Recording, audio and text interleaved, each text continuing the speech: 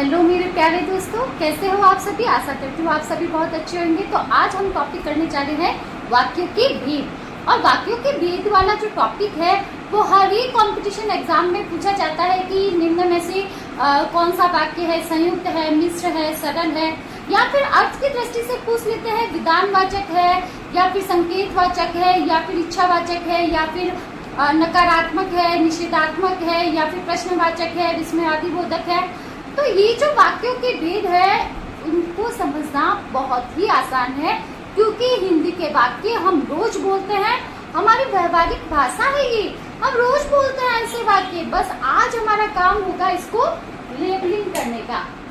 आज हम इसको लेबलिंग करेंगे कि हम ये जो वाक्य बोल रहे हैं इसमें कौन सा तो विधानवाचक है, कौन सा निषेधवाचक है, कौन सा ये मतलब प्रश्नवाचक है, मतलब नाम से ही पता चल रहा है। और कौन से वाक्य सरल, संयुक्त और मिश्र है। सरल, संयुक्त और मिश्र जो वाक्य है वो हम रोज बोलते हैं, हम रोज ही बोलते हैं हमारी बोलचाल की भाषा में। आज हम उसको लेबलिंग कर देंगे और पहचान कर लेंगे कि हम जो रोज वाक्य बोल रहे हैं कौन से तो हमारे सिंपल सेंटेंस है और कौन से उसमें कंजक्शन जुड़ने पर संयुक्त हो गए और कौन से उसमें समुच्चय बोधक आदि शब्द जुड़ने पर मिश्र बन गए। तो क्या आप सभी तैयार हैं? ऐसे ट्रिक होगी जिसको तो मतलब आप पढ़कर आप थोड़ी ही देर में दूसरों को करवाने के लिए तैयार हो जाएंगे, मतलब आप खुद पढ़ाने लग जाएंगे ये टॉपिक। तो जिस टॉपिक को जिसमें आप मिस्टेक करते हैं आज हम उस टॉपिक को खुलेआम समझेंगे और पढ़ेंगे। यहाँ पर देखिए वाक्य विचार, क्योंकि हमारा हिंदी ग्रामर का जो टॉपिक है वो स्टेप बाय स्टेप चल रहा है। सबसे पहले हमने देखा था वर्ण, भाषा की सबसे छोटी इकाई क्या कहलाती है? वर्ण, जिसके और टुकड़े नहीं हो सकते। वर्णों का समूह क्या कहलाता है? शब्द। वर्णों का सार्थक समूह शब्द कहलाता है और सार्थक शब्दों का सार्थक समूह क्या कहलाता है? वाक्य। और हमने वर्ण देखे, वर्ण विचार देखा, हमने शब्द देखा, हमने रूढ़, यौगिक, योग, रूढ़, रचना के आधार पर, तत्सम, तद्भव आदि उत्पत्ति के आधार पर, और सार्थक, निरर्थक, ये सारे शब्द देखे। अब हम जब टॉपिक पे उठते हैं, हमने शब्द रचना देखी, संधि, समास, उपसर्ग, प्रत्यय सब देखे, तो अब टॉपिक उठता है वाक्य का। वाक्य किसे कहते हैं? तो सार्थक शब्दों का सार्थक समूह वाक्य कहलाता है। वाक्य के कितने भेद हो सकते हैं? तो वाक्य के अर्थ के आधार पर 8, रचना के आधार पर 3। सिंपल रूप से आपको अगर फैक्चुअल क्वेश्चन पूछा जाए कि अर्थ के आधार पर हिंदी व्याकरण में कितने वाक्य के भेद स्वीकार किए गए हैं, तो अर्थ अर्थ अर्थ बोलने पर ही क्या लग रहा है? 8 भेद स्वीकार किए गए। कौन कौन से वो हम आगे देखेंगे।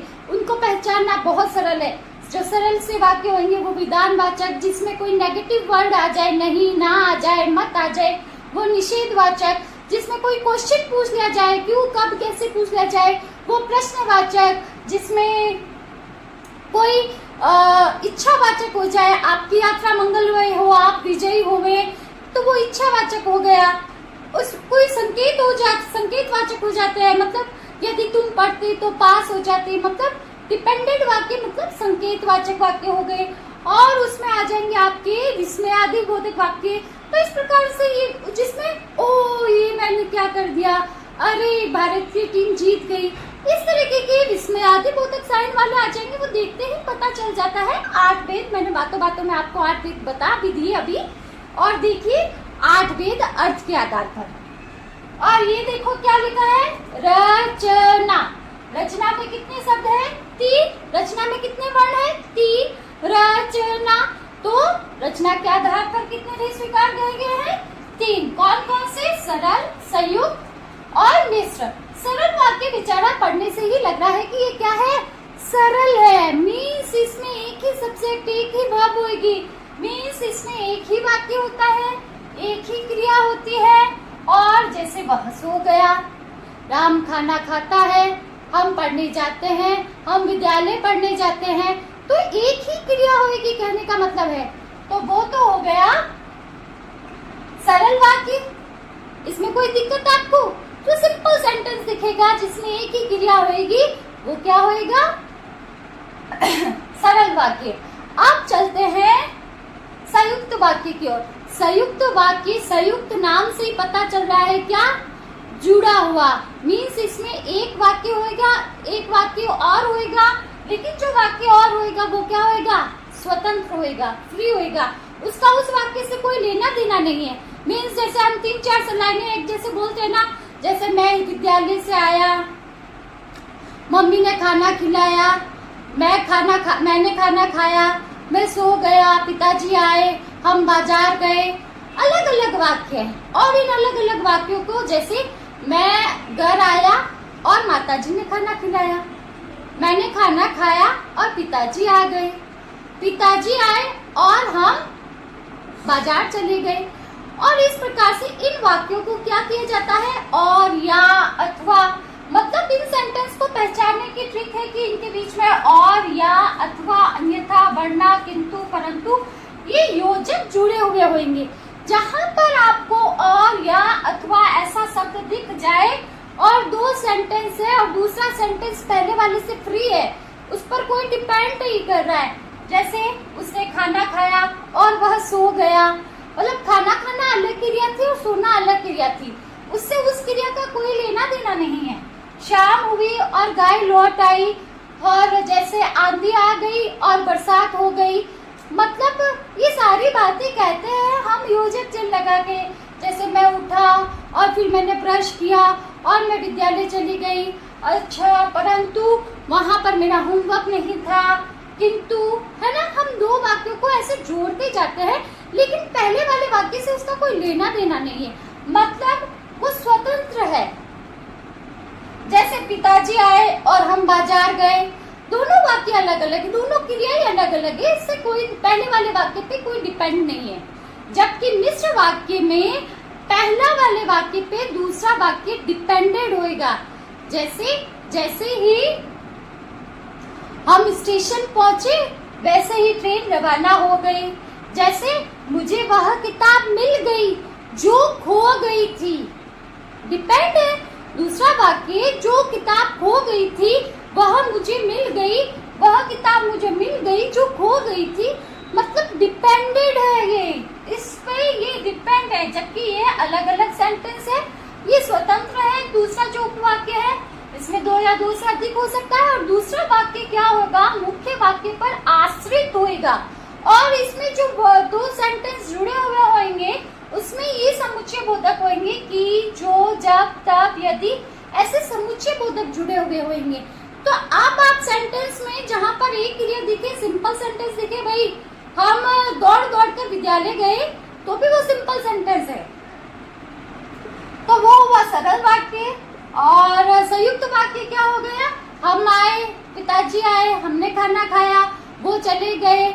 इस प्रकार से जो रोज की बातें हो गई उनको हमने और लगाकर जोड़ दिया, अलग अलग वाक्य, उस पे जो डिपेंडेंट नहीं है, मतलब, तो वो हो गया संयुक्त वाक्य। और मिश्र वाक्य क्या हो गया, जिसमें कि, जो, जब, तब, जैसे जब वर्षा हुई तब फसल अच्छी हो गई, डिपेंड हो रही है फसल उस पे, है ना।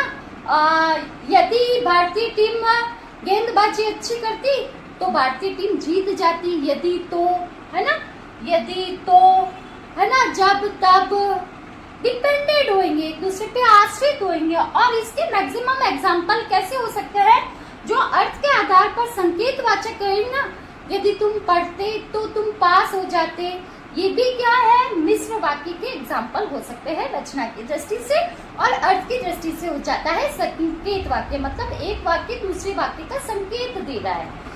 तो यहाँ पर हमने देखा सरल, संयुक्त और मिश्र, जो हर कंपटीशन एग्जाम में पूछे जाते हैं, सी-टेट, रीट, चाहे किसी प्रकार का टेट एग्जाम हो उसमें भी पूछे जाते हैं। गद्यांश पद्यांश होते हैं, पद्यांश गद्यांश से कोई सेंटेंस उठा लिया, ये किस टाइप का वाक्य है, और उसमें अगर और, किंतु, परंतु आपको जुड़ा हुआ लगे तो वो संयुक्त का उदाहरण हो जाएगा। और जहां पर आपको लगे कि ऐसा सेंटेंस है जो पहले मुख्य वाक्य पर दूसरा उपवाक्य डिपेंडेंट है, जैसे किसान उदास नहीं होता यदि फसल अच्छी होती, तो यहाँ पर यदि फसल होती तो किसान उदास नहीं होता, एक दूसरे पे डिपेंडेंट है, आश्रित है। तो के आश्रित वाक्य मिश्र में आएंगे। और इस प्रकार से हमने यहाँ पर रचना के आधार पर 3 भेद दिखे और कुछ एग्जाम्पल्स जो वेरियस एग्जाम में पूछे गए हैं उसके 5 पेज की पीपीटी तैयार है। इसके जस्ट बाद वो अपलोड की जाएगी, आप जरूर देखिए क्योंकि इससे आपको बहुत बेनिफिट्स होएगा। और यहाँ पर इस छोटे पोर्टल में सारे एग्जाम्पल्स नहीं बता सकती, लेकिन आप उन एग्जाम्पल्स को पढ़कर समझकर बहुत ही अपने आप को लाभप्रद महसूस करेंगे। तो इसी आशा के साथ best of luck to all of you. अगर सच में आपको मेरे वीडियोस पसंद आते हैं तो बच्चों, दोस्तों, सभी आपसे मैं अनुरोध करती हूँ चैनल को सब्सक्राइब भी करें। Thank you so much.